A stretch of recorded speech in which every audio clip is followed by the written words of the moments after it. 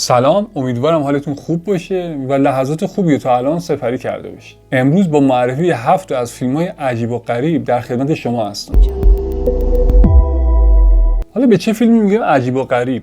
به فیلمی که یه داستان متفاوت یا خلاف جریان سینما داشته باشه و یا داستانی داشته باشه که خیلی کمتر شنیدیم یا تجربهش کردیم. ما به این نوع فیلم میگیم عجیب و غریب. اولین فیلم توی لیستم فیلم عجیب و غریب داگویل هستش. یه فیلم درام محصول سال 2003 به کارگردانی لارنس فونتریه. این کارگردان دانمارکی برای این فیلم نامزد نخل طلای بهترین کارگردان جشنواره کن شد. فیلم داگویل حدوداً 3 ساعته و نیکول کیدمن نقش اصلی این فیلم رو بازی میکنه و به خاطر بازی توی این فیلم جایزه اسکار بهترین بازیگر زن رو برنده شد. بازیگرای دیگه فیلم هم نامزدهای بهترین بازیگرا توی نقش‌های مکمل شدن که البته جایزه نگرفت. اینم در مورد لارنس فونتریه بدونید خوبه که کلا سعی میکنه بازیگر رو به نقش بسیار نزدیک کنه و معمولا بیشتر بازیگرایی که باهاش کار کردن جایزه‌های زیادی بردن، هرچند از سختگیری فونتریه بسیار شاکی بودن. داستان این فیلم هم با ورود گریس که همون نیکول کیدمن هست به یه روستا شروع میشه. فیلم به لحاظ لوکیشن، داستان و مضمونش بسیار مورد توجه منتقدا بوده و فیلم بسیار خاص و عالی هستش. حتما ببینید. فیلم نمایش ترومن دومین فیلم توی این لیسته. کارگردانش پیتر وبره که کلا کارگردان صاحب سبکیه و فیلمای خوبی هم داره. احتمالا فیلم انجمن شاعران مرده رو ازش دیده باشید. در مورد ایشون بگم که رهبر موج نوی سینمای استرالیا و فیلمساز پیشرویی هست. فیلم نمایش ترومن محصول سال 1998 میلادیه و 103 دقیقه فیلمه. داستان متفاوت و جذابی رو روایت میکنه. همونطور هم که میبینی جیم کری نقش اصلی این فیلمه. سومین فیلم این مجموعه فیلم قصه های وحشی هستش. این فیلم آرژانتینی در ژانر کمدی تلخه و در سال 2014 منتشر شد. 6 تا اپیزود داره که کاملا مستقل هستن ولی ارتباط معنایی با هم دارن. کارگردان و نویسنده این فیلم دامیان زیفرونه.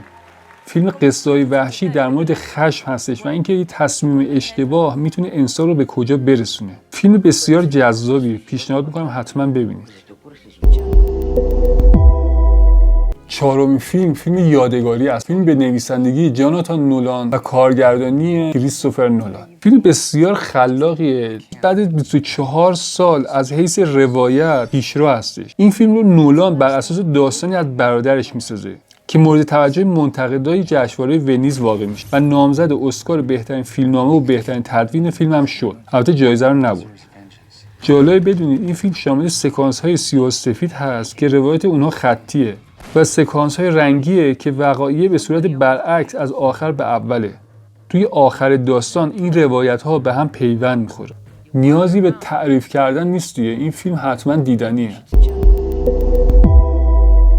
باشگاه مشت‌زنی فیلم پنجمه. فیلم به کارگردانی دیوید فینیچر. این فیلم یکی از فیلم‌های پیشرو و جذاب هست و البته از فیلم‌های محبوب خودم. جالب بدونید این فیلم از جنجالی‌ترین فیلم‌های دهه 90 بوده. هزینه تولید این فیلم 63 میلیون دلار بود و فروش گیشه اون حدود 101 میلیون دلار. البته که این یه فروش افتضاح بود که تازه 2 ستاره هم با خودش داشت. ولی وقتی دیویدی‌های این فیلم منتشر میشه قضیه فرق می‌کنه و یکی از پرفروش‌ترین فیلم‌های سینما میشه.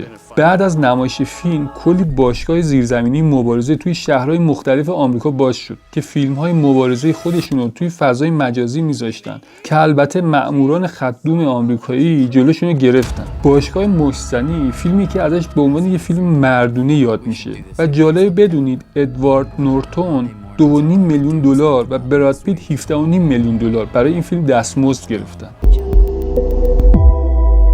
دندان نیش ششمین فیلم توی لیست فیلم‌های عجیب و غریبه. این فیلم به نویسندگی کارگردانی یورگن لانتیموس ساخته شده و البته که مثل فیلم‌های دیگه‌اش کلاً عجیب و غریبه. هم در جهان فیلم عجیبه هم داستان فیلم. این فیلم سومین فیلم لانتیموسه که جایزه نگاه نو کن رو هم گرفته. داستان در مورد پدریه که بچه‌هاشو توی خونه حبس کرده و از جهان بیرون ترسونده. فیلم جذاب و آزاردهنده‌ایه که البته راه به تفسیرهای متفاوتی هم باز می‌کنه. فیلم آخر یا همون هفتم توی این لیست فیلم شهر خدا هست. City of God. یه فیلم با روایت خیلی جذاب و داستانی بسیار گیرا و عالی. این فیلم روایتیه از رشد جرم و جنایت در حاشیه شهر ریو دو ژانیرو. فرناندو میرالس کارگردان این فیلمه. این فیلم با اون که یه فیلم جناییه، توی نشون دادن جنایت هم خیلی بی‌پرواز، صحنه‌های تکون دهنده‌ای رو روایت میکنه. خصوصا وقتی می‌بینیم این خشونت از طرف کودک‌هایی که 10 یا 12 ساله هستن. به هر حال فیلم از لحاظ داستانی عالیه و پیشنهادم اینه که ببینید و لذت ببرید. موفق باشید.